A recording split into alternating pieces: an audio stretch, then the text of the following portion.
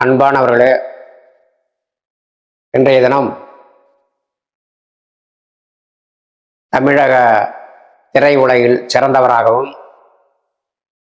தமிழக அரசியலில் சிறந்தவராகவும்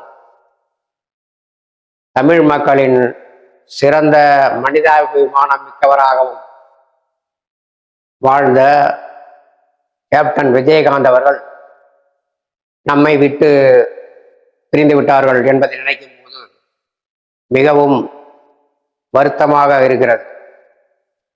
ரசிகர்களே வருத்தப்பட்டு அலைமோதி கொண்டிருக்கின்றார்கள். கேப்டன் விஜயகாந்த் அவர்கள் அவர்களுடைய சாதனையை பற்றி, அவர்களுடைய நன்னடத்தை பற்றி, அவருடைய மனிதாபிமான மிக்க செயல்களை பற்றி தமிழக ஊடகங்கள் நேற்றையிலிருந்து அறிவித்துக் கொண்டிருக்கின்றன. நான் விருத்தாச்சலம் தொகுதியாக இருப்பதால் விருத்தாச்சலத்தில் கேப்டன் விஜயகாந்த் அவர்கள் போட்டியிட்டு வெற்றி பெற்ற சட்டமன்ற உறுப்பினராக இருந்ததாலும் விருத்தாச்சலம் தொகுதி மக்களின் சார்பாக கேப்டன் விஜயகாந்த் அவர்களுக்கு, அவருடைய மறைவுக்கு என்னுடைய ஆழ்ந்த அனுதாபங்களை தெரிவித்துக் கொள்கின்றேன். கேப்டன் விஜயகாந்த் அவர்கள் புரட்சி தலைவர் எம்ஜிஆருக்கு பிறகு, புரட்சி தலைவி ஜெயலலிதாவுக்கு பிறகு புரட்சி கலைஞர் கேப்டன் விஜயகாந்த் அவர்கள் அரசியலில் துணிச்சலாக குதித்தார். அந்த துணிச்சலை நாம் பாராட்ட வேண்டும். கேப்டன் விஜயகாந்த் அவர்கள் தமிழ் திரையுலகில் முதலாக சட்டம் ஒரு இருட்டறை என்ற படத்தில் கதாநாயகனாக நடித்தார். திரையுலகில் எல்லா நடிகர்களுமே சிவப்பாகத்தான் இருப்பார்கள். ஆனால் கேப்டன் விஜயகாந்த் அவர்கள் ஒரு கருப்பு நிலா, ஒரு கருப்பு மனிதர் திரையுலகில் இந்த அளவுக்கு பூலோச்சி கொண்டிருக்கிறார் என்றால் அவருடைய நடிப்பு திறமை. அவர் திரைப்பட உலகில் ஏற்று நடிக்கின்ற காவல்துறை அதிகாரி பாத்திரம் அந்த பாத்திரமாக மாறிவிடுவார். பாத்திரமாகவே மாறி நடிப்பதோடு மட்டுமல்ல, அவருடைய மனதில் அவருக்கு தெரியாமலே இது போன்ற அதிகாரங்கள் நமக்கு கிடைத்தால் ஏழை மக்களுக்கு, வறுமையில் உள்ளவர்களுக்கு, பாதிக்கப்பட்ட மக்களுக்கு நாம் உதவி செய்யலாமே என்ற எண்ணம் தோன்றிருக்கிறது. அதனால்தான் அவர் அரசியலில் குதிக்க திட்டமிட்டார்.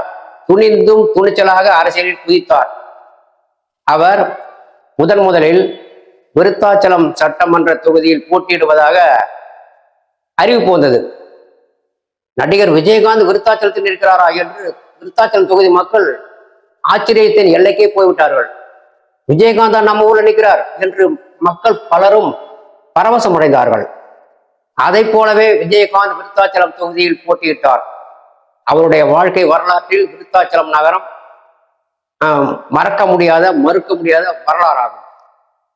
கேப்டன் விஜயகாந்த் அவர்களுக்கு மக்கள் மகிழ்ச்சியோடு வாக்களித்து வெற்றி பெற செய்தார்கள்.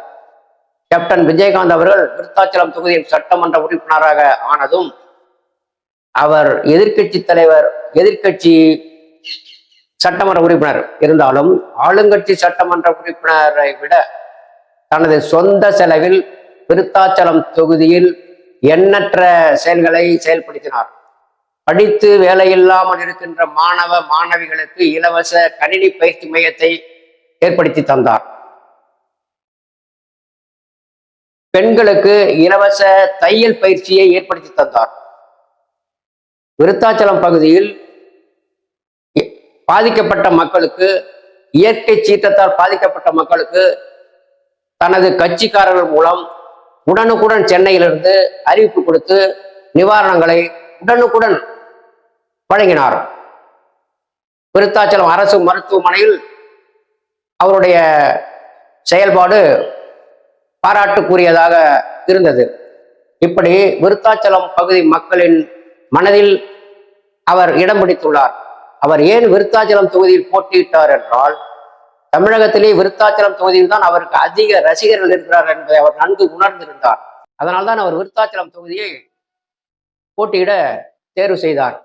அதை போலவே விருத்தாச்சலம் பகுதியில் அவருடைய ரசிகர்கள் கேப்டன் டைலர், கேப்டன் முடிதிருத்தும் நிலையம், கேப்டன் டீ கடை என்று அந்த கேப்டன் என்ற வார்த்தையை அடையாளமாக வைத்து இன்றும் அவர் மீது பற்றுள்ளவர்களாக ரசிகர்கள் ஏராளமானவர்கள் இருக்கிறார்கள். சிலர் கேப்டன் பிள்ளைகளுடைய பெயரை தன்னுடைய பிள்ளைகளுக்கு வைத்து மகிழ்ந்து கொண்டிருக்கிறார்கள். இதில் ஒரு உதாரணம் சொல்ல வேண்டுமானால், நான் வெளியூருக்கு சென்றேன். வெளியூரிலிருந்து என்னை கேட்டார்கள், நீங்க என்ன ஊர் என்றார்கள். நான் விருத்தாச்சலம் என்றேன். முன்பெல்லாம் விருத்தாச்சலம் எங்க இருக்கிறது என்பார்கள். கடலூர் மாவட்டம் என்பேன். அதற்கு அடையாளம் என்றால் முன்பெல்லாம் விருத்தாச்சலத்துக்கு அடையாளம் என்ன சொல்ல வேண்டும் என்றால், நெய்வேலி என்எல்சிக்கு பக்கத்துலங்க என்று நான் சொல்லுவேன். அது விருத்தாச்சலம் தொகுதியில் விஜயகாந்த் அவர்கள் போட்டியிட்டு எம்எல்ஏ ஆன பிறகு, நான் இப்போ வெளியூர்காரர்கள் என்னை கேட்கும் பொழுது, விருத்தாச்சலம் விஜயகாந்த் போட்டிட்டார் இல்லைங்க, அந்த ஊர் தான். அடடா, அந்த ஊராங்க நீங்க? விருத்தாச்சலம் நம்ம விஜயகாந்த் சார் போட்டிட்டார் அந்த ஊரா என்று அடையாளத்தை புரிந்து கொள்வார்கள். அப்படி விஜயகாந்த் அவர்கள் நம்முடைய விருத்தாச்சலத்திற்கு ஒரு அடையாளமாக இருந்து கொண்டிருக்கிறார்கள். இப்படிப்பட்ட விஜயகாந்த் அவர்களை நாம் என்றும் மறக்க முடியாது. நம்முடைய வாழ்வோடு அவர் கலந்திருக்கிறார். அவருக்கு தொகுதி மக்களின் சார்பாக அவருடைய ஈடு இணையற்ற அந்த இழப்பை நம்மால் தாங்கிக்கொள்ள முடியாது. அவருக்கும் அவருடைய குடும்பத்தாருக்கும் விருத்தாச்சலம் தொகுதி மக்கள் என்ற முறையில் ஆழ்ந்த வருத்தத்தையும் அனுதாபங்களையும் அஞ்சலியும் செலுத்துகின்றேன்.